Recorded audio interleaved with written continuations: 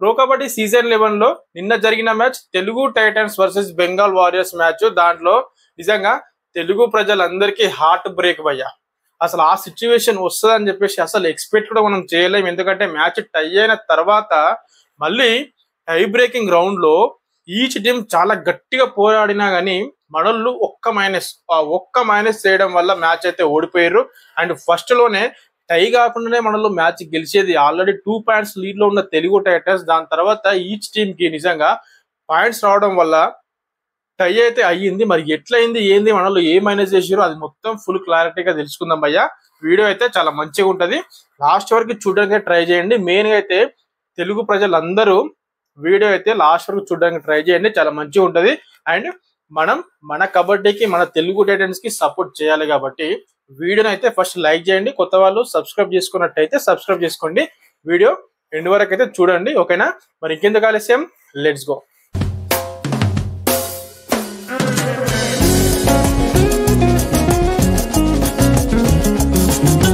Hello, welcome back to Kiran crazy reviews. First of all మళ్ళీ చెప్తున్నా, కొత్త వాళ్ళు ఎవరైనా చూస్తే వీడియో అయితే సబ్స్క్రైబ్ చేసుకోండి అండ్ అట్లాగే వీడియోని లైక్ చేయండి. ఇప్పుడు మనం మెయిన్ కంటెంట్ మాట్లాడదాం. తెలుగు టైటన్స్ నిజంగా చాలా అంటే చాలా నిజంగా హార్ట్ బ్రేక్ అయిపోయింది భయ్య. నాకే కాదు, చూస్తున్న మీకు కూడా ప్రతి ఒక్కరికి హార్ట్ బ్రేక్ అయ్యే ఉంటది ఖచ్చితంగా. ఎందుకంటే నిన్నటి మ్యాచ్ మామూలు మ్యాచ్ భయ్య. అసలు ఎక్కడ ఉన్న తెలుగు టైటన్స్ ఎక్కడ వరకు వచ్చింది, ఇన్ని సీజన్స్ నుంచి అసలు అలాంటి హార్ట్ బ్రేకింగ్ సిచ్యువేషన్స్ చాలా ఇచ్చింది. కానీ ఈ సీజన్ లో మాత్రం మన తెలుగు టైటన్స్ చాలా మంచిగా ఆడుతూ వచ్చింది. 5 విన్స్ కంటిన్యూగా విన్ అయ్యి ఇప్పుడు నిజంగా దిష్టి అంటాం కదా, నరదిష్టి చాలా మంచిది కాదు భయ్య. అసలు చాలా చెడ్డది నరదిష్టి. అందరిది మనకు తగిలింది అదే తెలుగు టైటన్స్ కి. తెలుగు టైటన్స్ గెలుస్తున్నది, 5 మ్యాచెస్ కంటిన్యూ గెలిచిందని చెప్పేసి అందరు అనుకోవడం వల్ల నిజంగా ఇది దిష్టికి అట్లా వదిలేసినాం అనుకోవచ్చు. మనోళ్ళు అయితే అంత ఈజీగా వదలలేరు. ఎందుకు తెలుసా? యాక్చువల్ గా ఫస్ట్ హాఫ్ అయిపోయేసరికి 28 పాయింట్స్ బెంగాల్ వారియర్స్ ఉంటే మన వాళ్ళకి ఓన్లీ 17 పాయింట్స్ మాత్రమే ఉన్నాయి. ఫస్ట్ 20 మినిట్స్ అయిపోయింది. Second half starting 11 points Bengal warriors lead లో ఉంది. దాని తర్వాత చూడండి, మనోళ్ళకి 45 పాయింట్స్ ఉంటే వాళ్ళకి 43 పాయింట్స్ ఉండే, ఇంకో 1 మినిట్ లెఫ్ట్ ఉండే అంతే. దాంట్లోనే మనోళ్ళు మొత్తం మిస్టేక్ చేసి పడేసారు భయ్య. ఇంకా 2 పాయింట్స్ బెంగాల్ వారియర్స్కి వెళ్ళిపోయింది. 45 ఈచ్ టీమ్ కి కథం మ్యాచ్ టై అయిపోయింది. నిజంగా అక్కడే హార్ట్ బ్రేక్ సిచ్యువేషన్ మనకి. అదే హార్ట్ బ్రేక్ అంటే దాని తర్వాత టై బ్రేక్ లో ఏ విధంగా ఓడిపోయిందో దాని గురించి మాట్లాడదాం. దానికంటే ముందు ఫస్ట్ అయితే మ్యాచ్ స్కోర్ కార్డ్ గురించి అయితే మనం మాట్లాడదాం. ఫస్ట్ ఆఫ్ ఆల్ అయితే ఎవరు ఎన్ని చేసారు, ఎన్ని రైట్ పాయింట్స్ వచ్చినాయి తెలుగు టైటన్స్ కి, వీళ్ళకి ఎన్ని, ఏ ప్లేయర్ ఎన్ని పాయింట్స్ చేసిందో దీని గురించి అయితే మనం మాట్లాడదాం. నెక్స్ట్ దాని తర్వాత ఎక్కడ మనల్ని మైనస్ చేసారో దాని గురించి మనం మాట్లాడదాం, ఓకేనా? ఫస్ట్ అయితే మ్యాచ్ సమ్మరీ కనుక చూసుకున్నట్టయితే తెలుగు టైటన్స్ కి 26 రేట్ పాయింట్స్ ఉన్నాయి. ఓవరాల్ గా టోటల్ గా 26 రేట్ పాయింట్స్ ఉంటే బెంగాల్ వారియర్స్ కి 25 రేట్ పాయింట్స్ ఉన్నాయి. అండ్ టాకిల్స్ కనుక చూసుకుంటే వీళ్ళకి 4 సేమ్ ఈచ్ టీమ్ కి అంతే 4 అంటే 2 టైమ్స్ ఆల్ అవుట్ అయ్యారు ఇద్దరు. అండ్ నెక్స్ట్ టాకిల్స్ కనుక చూసుకుంటే ఆల్అౌట్ పాయింట్స్ అయితే 4. నెక్స్ట్ టాకిల్స్ కనుక చూసుకుంటే మాత్రం మనోళ్ళకి ఓన్లీ 13 టాకిల్స్ పాయింట్స్ ఉంటాయి, వాళ్ళకు 15 టాకిల్స్ పాయింట్స్ ఉన్నాయి భయ్య. అంటే 2 పాయింట్స్ ఎక్కువ ఉన్నాయి. అండ్ ఎక్స్ట్రా కనుక చూసుకుంటే మనోళ్ళకి 2 ఉంటాయి, వాళ్ళకి 1 ఉన్నాయి. ఓవరాల్ గా చూస్తే టోటల్ గా 45 మనోళ్ళు మైనస్ చేసింది ఎక్కడ అంటే మొత్తంగా రైడింగ్ లో ఫస్ట్ హాఫ్ లో అంత లేకున్నా కానీ సెకండ్ హాఫ్ లో మాత్రం దూసుకొచ్చేసారు మన ప్లేయర్స్. అండ్ ఫస్ట్ హాఫ్ లో సెకండ్ హాఫ్ లో మెయిన్ మైనస్ ఏంటంటే టాకిల్స్, డిఫెండింగ్. ఆపోజిషన్ టీమ్ లో ఉన్న ప్లేయర్ నిజంగా దేవాంక్ చూస్తే ఫస్ట్ హాఫ్ లో మనలు నిజంగా కొంచెం ఇట్లా మొత్తం అసలు దేవాంక్ మేము పట్టగలుగుతామా అన్న సిచ్యువేషన్కి వెళ్ళిపోయారు ఫస్ట్ హాఫ్ లో. కానీ సెకండ్ హాఫ్ లో మాత్రం ఇరుచుకోపడ్డారు దేవాంక్ పైన. దేవాంక్ అప్పుడు మొత్తం గుండెలు గుబేలు మన్నాయి. అసలు ఈ అమ్మ పోతే నేను పాయింట్ తీసుకొస్తానా అన్న బుగులైతే కనిపించింది దేవాంక్ కళ్ళల్లో. ఫస్ట్ హాఫ్ అయితే మొత్తం బెంగాల్ వారియర్స్ కి వెళ్ళిపోయినా సెకండ్ హాఫ్ లో మాత్రం చుక్కలు చూపించేసారు బెంగాల్ వారియర్స్ కి. అసలు గెలుస్తామా ఈ మ్యాచ్, ఓడిపోతామా, అసలు ఓడిపోయే సిచ్యువేషన్ నుంచి మళ్ళీ గెలిచే వరకు వచ్చారు బెంగాల్ వారియర్స్. మనల్ని ఇచ్చిన ఛాన్స్ అది అంతే. అండ్ ఇప్పుడు తెలుగు టైటన్స్ లో ఎవరు మంచిగా ఆడారు అంటే భరత్. నిజంగా ఆల్వేస్ భరత్ భయ్య. భరత్ నిజంగా తెలుగు టైటన్స్ కి చాలా అదృష్టం భయ్య. ఈ సీజన్ మాత్రం భరత్ అండ్ విజయ్ మాలిక్ వల్ల మనకు ఈ సీజన్ ఇంతవరకు వచ్చింది. ఓవరాల్ గా మనలో 14 మ్యాచెస్ ఆడితే 8 మ్యాచెస్ గెలిచారు. భరత్ ఈ మ్యాచ్ లో ఎన్ని పాయింట్ చేసిండు అంటే 16 రేట్ పాయింట్స్ చేసిండు. And Vijay Malik 7 rate point చేసిండు. విజయ్ మాలిక్ నుంచి ఇంకా పర్ఫార్మెన్స్ రావాలి, ఇంకా మంచి పర్ఫార్మెన్స్ రావాలి. అండ్ డిఫెండింగ్ కనుక చూసుకుంటే అంకిత్ జాగ్లర్ ఈ మ్యాచ్ ఆడలేడు, చాలా లోట్ అయితే కనిపించింది అంకిత్ జాగ్లర్ లేకపోవడం వల్ల.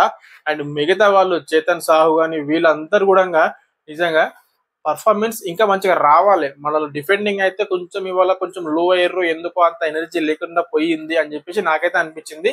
చాలా మిస్టేక్స్ అయితే చేసిర్రు. అసలు ఒక రైడర్ లోపలికి వస్తున్నారంటే ఆ బాక్ లైన్ దాటి లోపలికి వచ్చినప్పుడు బోనస్ లైన్ టచ్ చేస్తున్నప్పుడు మనం ఎప్పుడు కానీ డిఫెండింగ్ చేయాలి. అంతేగాని ఆ బాక్ లైన్ దాటక ముందే మనం డిఫెండింగ్ చేస్తా అంటే ప్లేయర్ కి ఈజీ అయిపోతుంది కదా రేట్ పాయింట్ తీసుకోవడము. అదే చేసే మనలో ఆ మిస్టేక్స్ చేయకపోతే ఇంకా మంచిగా ఉంటుంది అని చెప్పేసి నాకైతే అనిపిస్తుంది భయ్య. మరి మీకేమనిపిస్తుంది కామెంట్ అయితే చేయండి. అండ్ ఇప్పుడు బెంగాల్ వారియర్స్ కనుక చూసుకుంటే దేవాంగ్ 18 రేట్ పాయింట్స్ వేసిండు. దేవాంగ్ నిజంగా వాట్ ఏ ప్లేయర్ బై, చాలా హైట్ ఉంటాడు. ఇక్కడ భరత్ ఎట్లుంటాడో అట్లా దేవాంగ్ కూడా అట్లా చాలా హైట్ ఉంటాడు.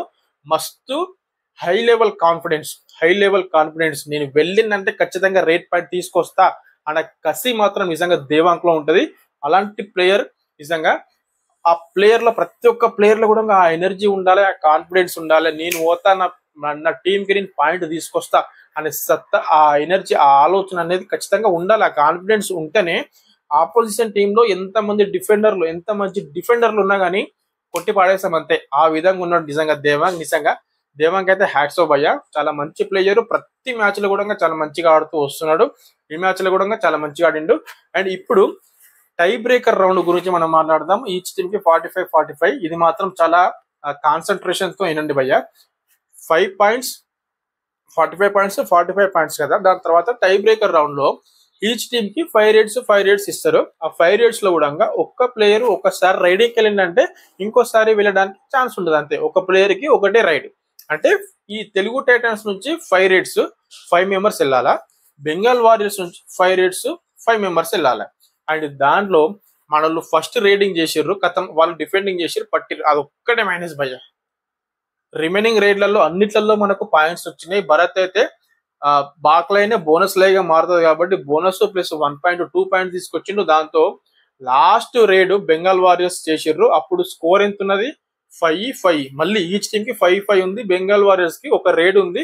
ఆ లాస్ట్ రేడ్ ఎవరు వచ్చిర్రు భయ్యా అని అంటే దేవాంగ్ వచ్చిండు. ఇక చూడండి ఇంకా ఎట్లుంటది మ్యాచ్. ఇక ఆశలు వదిలేసుకోవాల్సిందే, ఎందుకంటే బాక్ లైన్ బోనస్ లైన్ గా మారుతుంది, అంటే పల్లీనే బోనస్ లైన్ గా మారుతుంది కాబట్టి ఇంకా దానికి ఏం చేస్తాం మనం చెప్పు, ఏం చేయలేము. ఆ నుంచి ఇట్లా వండుకుంటే దేవాంగ్ అయితే ఈజీగా అంతది. కాబట్టి దేవాంగ్ అయితే పాయింట్ తీసుకొని వచ్చేసిండు. మ్యాచ్ అయితే బెంగాల్ వారియర్స్ విన్ అయింది. చాలా హార్డ్ బ్రేక్ సిచ్యువేషన్ అక్కడ, కానీ మనం ఎక్కడ కూడా తగ్గేదిలే అన్న పర్ఫార్మెన్స్ అయితే ఇచ్చిర్రు. చాలా మంచిగా ఆడారు భయ్య తెలుగు టైటన్స్. ఇట్లనే ఆడాలా.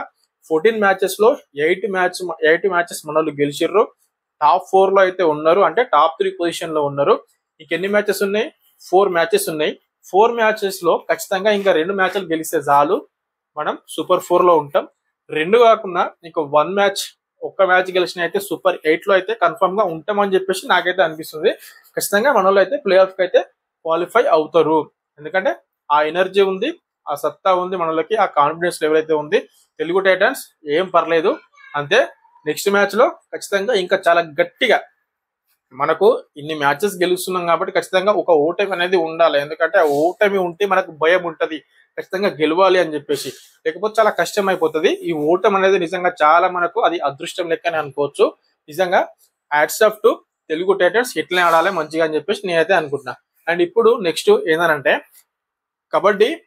నిజంగా ఎంత మంచి గేమ్ బై, జబర్దస్త్ గేమ్, మంచి థ్రిల్లింగ్ గేమ్స్ ఉన్నాయి. ఇప్పటి నుంచి ప్రతి ఒక్క రోజు కూడా రివ్యూస్ మీ ముందుకు తీసుకొస్తా. ఖచ్చితంగా రివ్యూస్ కాదు, ఆల్రెడీ రీల్స్ రూపంలో కూడా రోజు ప్రతి ఒక్క రీల్ అయితే పెడుతున్నా ఇన్స్టాగ్రామ్ లో మీరు చూడకపోతే అక్కడ కూడా లింక్ ఇస్తా డిస్క్రిప్షన్ లో, వీళ్ళైతే చూడండి. అండ్ ఇండియా వర్సెస్ ఆస్ట్రేలియా, మన రోహిత్ శర్మ అండ్ కోహ్లీ రిటర్న్ అవుతున్నారు భయ్య. చాలా ఎక్సైట్మెంట్ ఫీల్ ఉన్నది. అసలు చెప్పలేను, అసలు వర్డ్స్ కూడా రావట్లేదు. అండ్ ఒక రీల్ అయితే రాబోతుంది రేపు రోకో గురించి, విరాట్ కోహ్లీ అండ్ రోహిత్ శర్మ గురించి. ఖచ్చితంగా దానైతే మిస్ అవ్వకుండా చూడండి భయ్య. అండ్ రేపటి వీడియోలో మళ్ళీ మనం కలుద్దాం. అప్పటి వరకు